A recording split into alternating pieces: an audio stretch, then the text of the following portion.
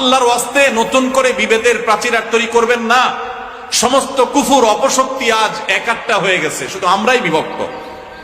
আমাদের এখন বিভক্তি দূর করে একবারে গলাগলি করে কাছে আসি হতে হবে, আমি এমনটা বলছি না।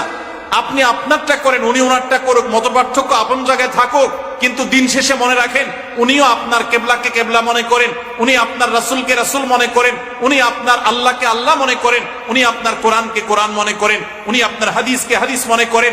আপনি 5 ওয়াক্ত নামাজ ফরজ মনে করেন, উনি 6 ওয়াক্ত মনে করে না, 4 ওয়াক্ত মনে করে না, উনিও 5 ওয়াক্ত নামাজকে ফরজ মনে করে। উনি ইসলামের 5 রোকনের কথা বলে, আপনিও 5টার কথা বলেন।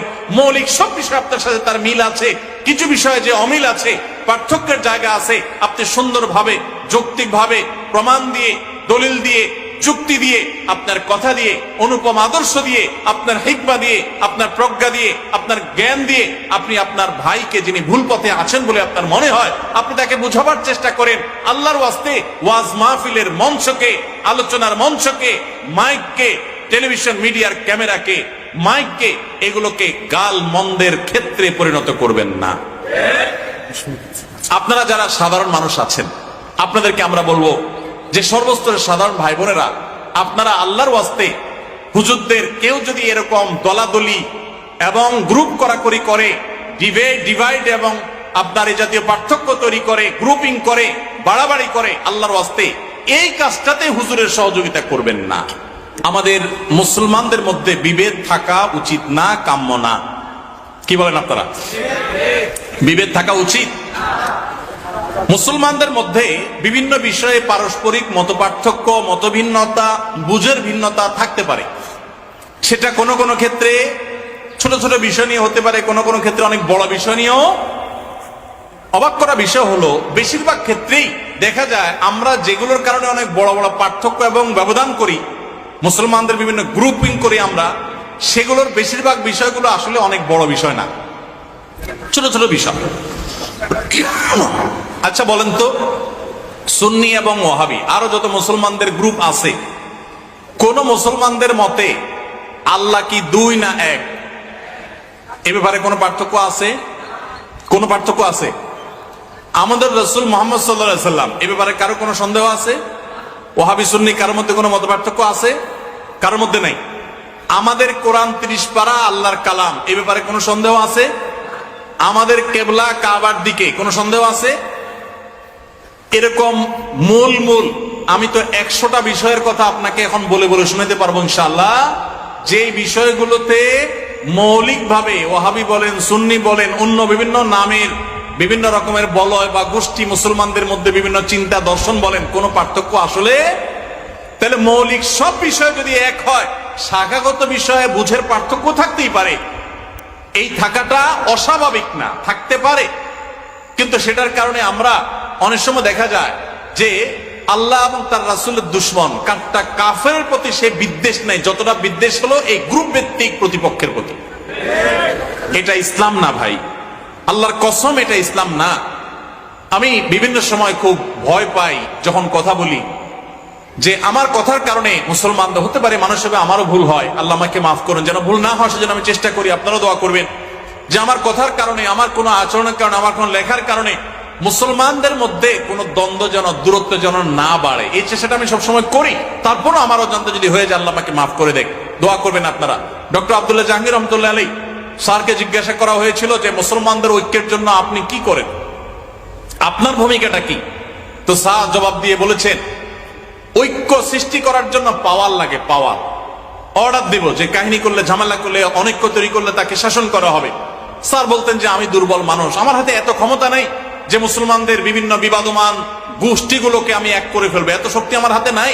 তবে একটা জিনিস আমার কাছে আছে বাবা, সেটা হলো আমি সবাইকে এক করে ফেলার মতো এত ক্ষমতা আমার না থাকলেও আমি চেষ্টা করি যে মুসলমানদের নিজেদের মধ্যে বিভিন্ন রকমের যে বিবাদ আছে সেগুলো যেন আর না বাড়ে, সেই চেষ্টাটা আমি আব্দুল্লাহ জাহাঙ্গীর করি।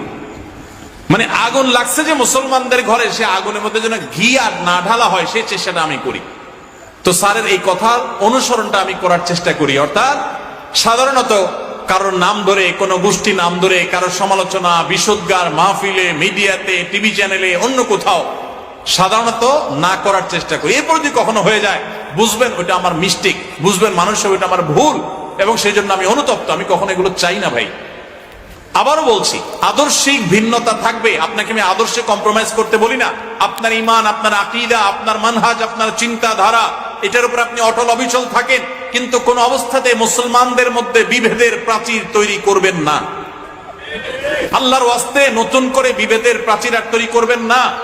সমস্ত কুফুর অপশক্তি আজ একাট্টা হয়ে গেছে, শুধু আমরাই বিভক্ত। আমাদের এখন বিভক্তি দূর করে একেবারে গলাগলি করে কাছে আসি হতে হবে, আমি এমনটা বলছি না।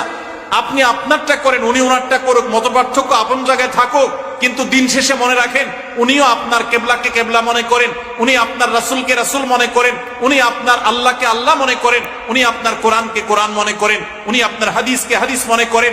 আপনি 5 ওয়াক্ত নামাজ ফরজ মনে করেন, উনি 6 ওয়াক্ত মনে করে না, 4 ওয়াক্ত মনে করে না, উনিও 5 ওয়াক্ত নামাজকে ফরজ মনে করে।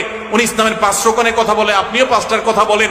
মৌলিক সব বিষয় আপনার সাথে তার মিল আছে, কিছু বিষয়ে যে অমিল আছে, পার্থক্যের জায়গা আছে, আপনি সুন্দরভাবে যৌক্তিকভাবে প্রমাণ দিয়ে, দলিল দিয়ে, যুক্তি দিয়ে, আপনার কথা দিয়ে, অনুপম আদর্শ দিয়ে, আপনার হিকমা দিয়ে, আপনার প্রজ্ঞা দিয়ে, আপনার জ্ঞান দিয়ে আপনি আপনার ভাইকে, যিনি ভুল পথে আছেন বলে আপনার মনে হয়, আপনি তাকে বোঝাবার চেষ্টা করেন।